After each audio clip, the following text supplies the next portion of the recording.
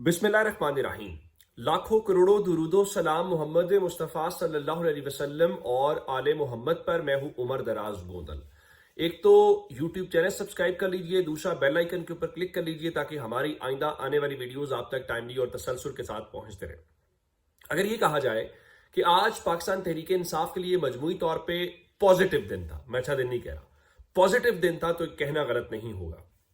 सलमान सफदर साहब को इमरान खान के बाकायदा मुलाकात के अलावा सेल तक एक्सेस मिल गई। अलीमा खान साहबा उनसे मुलाकात करके खुश थी, जाहिर है उनको पता चल गया उनकी तबीयत से मुतालिक। दूसरा, जो पेशावर में कोर हेडक्वार्टर के अंदर मुलाकात हुई, उस मुलाकात में अच्छी बात है कि कुछ चीज़ें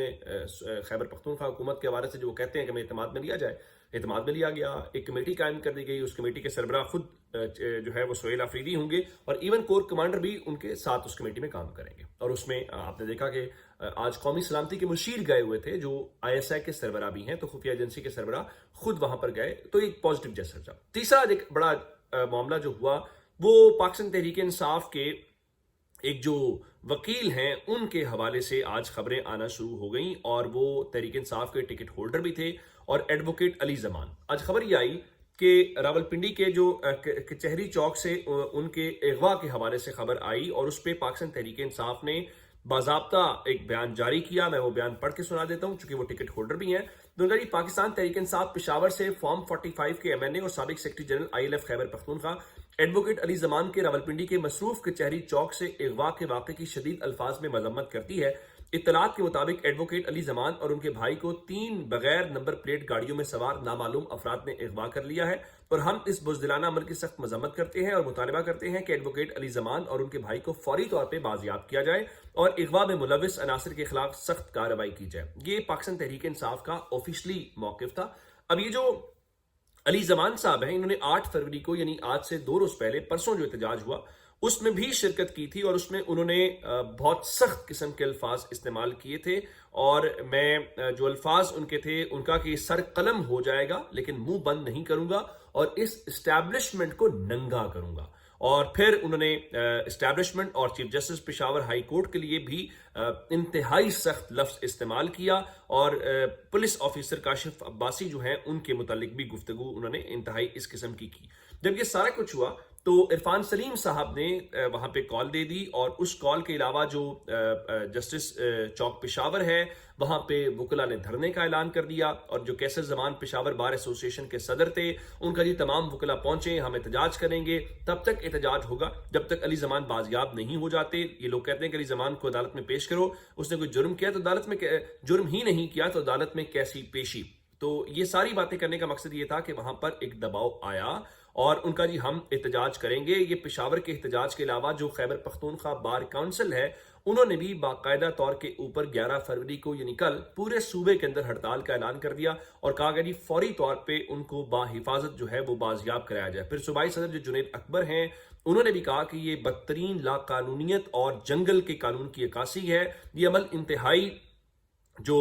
नाकाबिले बर्दाश्त और काबिले मजम्मत है। चूंकि खबरें ये थी ना सिर्फ उनको उठाया गया है बल्कि उठाने के बाद उनको तशद्दुद का भी निशाना बनाया गया। जब ये सारी डेवलपमेंट हुई तो इसका मतलब ये था, फिर तहरीक इंसाफ के लोग खुद से ये सवाल कर रहे थे कि ये कैसी आप अच्छी चीजें बता रहे हैं कि सुहेल आफरीदी की मुलाकात हो गई है या उधर हो गई है, तो इसी दौरान हमारे अली जमान जो है उनको कचहरी चौक से उठा लिया गया है, तो ये कैसे हो सकता है? क्या ये सरप्राइज है? क्या ये तोहफा है? ये सारी बातें होने के बाद जो है डेवलपमेंट फिर ये हुई कि अब से थोड़ी देर पहले इस बारे में बाकायदा तस्दीक हो गई है कि जो अली जमान हैं पाकिस्तान तहरीक इंसाफ के जराये ने भी इसकी तस्दीक कर दी है कि वो बाजियाब हो गए हैं, या दूसरे लफ्जों में उनको छोड़ दिया गया है, या तीसरे लफ्जों में वो वापस आ गए हैं। तो ये एक अच्छी खबर है कि आज एक वाकया हुआ उस पर तहरीक इंसाफ ने प्रेशर बिल्ड किया, वकला ने प्रेशर बिल्ड किया और फौरी तौर पर उनकी वापसी हो गई है। वरना फिर आप जानते ही हैं कि हमारे यहाँ हालात वाकयात जो है वो किस तरह से होते हैं। अच्छा जी, दो चार बातें इससे जुड़ी हुई और आपसे जो करनी है वो इमरान खान की आज जो मुलाकात हुई सलमान सफदर साहब से, वो मुलाकात तो ज़ाहिर पॉजिटिव थी, वो बाहर भी आए, उन्होंने बताया भी। अब वो कल सुप्रीम कोर्ट में अपनी फाइनल रिपोर्ट सबमिट कर देंगे, परसों उनके केस की समाअत है और मेरे ख्याल समाअत में वो जो रिपोर्ट होगी वो उनके वकला को या उनकी फैमिली के हवाले कर दी जाएगी। लेकिन ये इसमें इंपॉर्टेंट बात यह है कि ये ऑफिशियल भी होगी और ये तहरीक इंसाफ के और इमरान खान के अपने वकील की जानिब से है। यानी अगर वो कहते हैं कि इमरान खान ठीक है तो फिर ठीक है, अगर वो कहते हैं कि इमरान खान ठीक नहीं है तो फिर उसको मानना पड़ेगा। इस दौरान जो एक बात हुई है वो جو ہمشیرہ ہیں بشرا بی بی کی، ان کی جانب سے آئی ہے، چونکہ بشرا بی بی کی آج بیٹی اور بھابھی جو ہیں ان کو ملاقات کا موقع دیا گیا تھا اور پچھلے ہفتے بھی ان کی ملاقات ہوئی۔ مریم ریاض بٹو جو خود بھی ٹی وی کے اوپر بھی اچھی خاصی متحرک دکھائی دیتی ہیں اور سوشل میڈیا کے اوپر بھی ہوتی ہیں، تو انہوں نے آج اس بارے میں ایک ٹویٹ کیا اور ان کا جی ہماری جو فیملی ہے وہ ان کی آج بشرا بی بی سے ملاقات ہوئی، اور خان صاحب کی بھی ان سے ملاقات ہوئی اور آج کے دن ہی ملاقات ہوئی تھی۔ تو اس کا مطلب یہ ہوا کہ عمران خان کی آج دو ملاقاتیں ہوئی ہیں، ایک سلمان صفدر صاحب کی ملاقات ہوئی ہے، دوسرا اپنی اہلیہ بشرا بی بی کے ساتھ ان کی ملاقات ہوئی ہے، اور اس میں ایک تو مریم ریاض بھٹو تصدیق کر رہی ہیں، دوسرا جیو نیوز سے منسلک جو شبیر ڈار صاحب ہیں انہوں نے 9:30 بجے کہا کہ آج بیرسٹر سلمان صفدر کی عمران خان سے ملاقات کرائی گئی، بشرا بی بی کی بیٹی اور بھابھی کی ملاقات کرائی گئی، اس کے بعد عمران خان اور بشرا بی بی کی ملاقات کرائی گئی۔ وہ کہہ رہے ہیں کہ ان کی ملاقات بعد میں ہوئی ہے، لیکن مریم ریاض بھٹو کا کہنا یہ ہے کہ وہ پہلے عمران خان اور بشرا بی بی کی ملاقات ہوئی اور اس کے بعد جو ان کی فیملی کے ممبران ہیں انہوں نے ان سے ملے۔ اچھا، اب ان کے مطابق شی again express grave concerns about Imran Khan Sahab's health. His damaged eye has not improved even 10% after the injection. اب یہ ایک غیر معمولی قسم کا دعویٰ ہے۔ مریم ریاض بھٹو کا دعویٰ یہ ہے کہ جو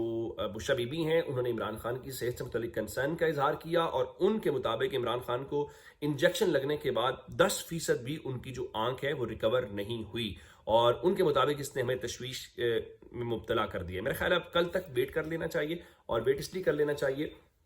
کہ اگر عمران خان کی آنکھ کا ایشو اسی طرح سے ہے، وہ ٹھیک نہیں ہوئے، تو میرا نہیں خیال کہ جو بیرسٹر سلمان صفدر ہیں وہ اس بارے میں لکھیں گے نہیں یا سپریم کورٹ کو بتائیں گے نہیں۔ تو میرا خیال ہے کہ ہمیں کل تک اس بارے میں انتظار کرنا چاہیے۔ پھر وہ جو بات بتائیں تو اس میں ایک وجہ یہ بھی میں بتا دیتا ہوں۔ آج ہوا یہ کہ جب ملاقات نہیں کروائی جاتی تھی تو عمران خان کی بہنیں جو ہیں وہ اڈیالہ جیل کے باہر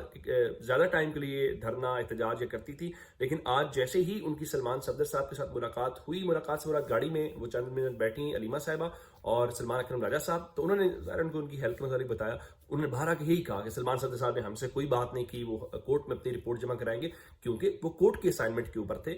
فرینڈ آف دی کورٹ کے لیے آج ان کا لفظ استعمال ان کے لیے ہوا تھا۔ تو اس کے بعد کیا ہوا کہ آج عمران خان کی بہنیں جو ہیں وہ کوئی لمبا چوڑا انہوں نے دھرنا نہیں دیا اور وہ جلدی دھرنا ختم کر کے واپس ہو گئے، کیونکہ ملاقات ان کی تو نہ ہونے دی جا رہی ہے، ابھی نہ ہوگی، تو چلے ان کو خبر تو مل گئی۔ یعنی اس لمحے جب میں آپ سے بات کر رہا ہوں اس وقت اڈیالہ جیل کے باہر عمران خان کی فیملی موجود نہیں ہے، اور علیمہ صاحبہ، نورین صاحبہ اور عظمیٰ صاحبہ جو ہیں وہ فیکٹری ناکے سے اپنا دھرنا ختم کر کے واپس چلی گئیں۔ یہ الگ بات ہے کہ وہ انہوں نے وہاں پر تقریباً کوئی 5 گھنٹے جو ہے وہ دھرنا دیا ہے اور اس کے بعد روانہ ہوا۔ ایک چیز اور اس کے بیچ میں جو آپ کو بتا رہی ہیں، وہ محسن نقوی نے آج چونکہ پشاور میں ڈیرے ڈالے ہوئے ہیں، آج ایپکس کمیٹی کا اجلاس جس کے متعلق میں آپ کو آلریڈی بتا چکا ہوں، اس کے بعد انہوں نے فیصل کریم کنڈی سے بھی ملاقات کی ہے جو پیپلز پارٹی سے جن کا تعلق ہے۔ تو جو اعلامیہ آیا اس میں بتایا گیا جی امن و امان اور سیکورٹی صورتحال کے اوپر تبادلہ خیال کیا گیا ہے۔ تو گورنر نے کہا جی کھیلوں کے فروغ کے لیے پشاور میں پی ایس ایل کے میچز کرانے کا فیصلہ بہترین ثابت ہوگا، اور وزیر داخلہ نے کہا جی سب مل کر امن کا قیام اور دہشت گردی کا خاتمہ یقینی بنائیں گے۔ دیکھیے پشاور میں میچ کروانے کا مطلب یہ بہت اچھا جیسچر ہے۔ ایک تو میں پورے دعوے سے کہتا ہوں کہ آپ نے جتنے پی ایس ایل میچز کرانے ہیں، ویسے لاہور اور راولپنڈی نے کبھی مایوس نہیں کیا، انٹرنیشنل میچ بھی ہو کراؤڈ بھرا ہوتا ہے، گراؤنڈ فل ہوتا ہے، ابھی آپ نے آسٹریلیا والے میچز میں بھی دیکھ لیا، لیکن میں دعوے سے کہتا ہوں کہ آپ پشاور میں میچ کرائیں، چاہے وہ پی ایس ایل کا ہو چاہے وہ انٹرنیشنل میچ ہو، تمام گراؤنڈ سے زیادہ آپ کا کریز دکھائی دے گا پشاور میں، اور وہ ڈپرائیوڈ ہیں بہت ساری ایسی چیزوں سے بیچارے، تو ان کو یہ کرنا یہ ان کی بھی خدمت ہے اور یہ پاکستان کرکٹ کی بھی خدمت ہے، اور یہ اللہ کرے سیف میچز ہوں، سیکیور ہوں، تو انشاءاللہ جو انٹرنیشنل ٹیمیں ہیں ان کے بھی میچز ہوں گے، تو ہم ایک نیو نارمل کی طرف جائیں گے، یا نارمل زندگی کی طرف جو ہے پاکستان جائے گا۔ تو یہ اب تک کی اپڈیٹ ہے جناب، اگر آپ نے چینل ابھی تک سبسکرائب نہیں کیا کر لیجیے، اپنا بہت سارا خیال رکھیے گا، خدا حافظ۔